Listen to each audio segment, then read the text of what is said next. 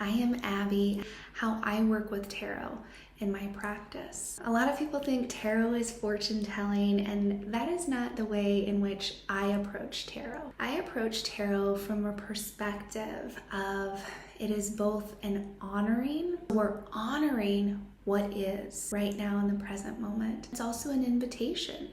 So it's an invitation for what we want to create or co-create in our lives. It's that kind of calling in or calling to our higher self, our truth, our purpose, as well as with the energy of something bigger than us.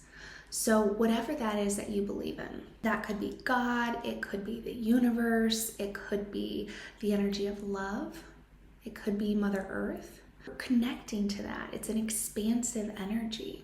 Tarot also helps us understand the spiralic nature of life. It's not linear, even though we very much approach it that way often. Like point A to point B to C, and that's the outcome that you desire. Life doesn't work like that. You know, you take 2 steps forward and 4 steps back. And that's not necessarily a bad thing. Sometimes we have to go back, and sometimes we have to move sideways and in a circle before we get to where we're meant to be. It's a process and a journey. And tarot can help us tap into that and appreciate that. And as you can see behind me, that is the major arcana. So those are the cards that have to do with big energies that sort of come in, relate to the human journey from birth to death. And then we also have different suits. We've got the air suit or the swords, and that has to do with our mind, our mental landscape, the thoughts that we think, the stories we tell ourselves, our brain chemistry, self-limiting beliefs. The swords help us to work through that in an empowered way. The cup suit has to do with our emotional realm. The pentacles have to do with our physical realm, our body, how we relate to our body, how we take care of our body, what we put into our body, as well as other physical things such as money. How do we make money? What's our relationship to money?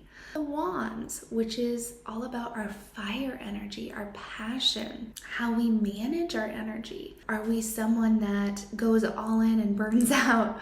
Or are we someone that can kind of pace ourselves like a marathon? We can take breaks if we need to, and we can light that fire, and we can kind of come down and manage it in a way that really serves us. That's something that is a challenge for most of us, and to be able to kind of hone in our energetic skills around rest and effort is very important. Tarot also helps us tap into choice. So it helps us move from victimhood, and that's a very powerful practice. It's so easy to feel like a victim. We take things personally, or we're caught up in a story in our head about how things should be instead of how they actually are.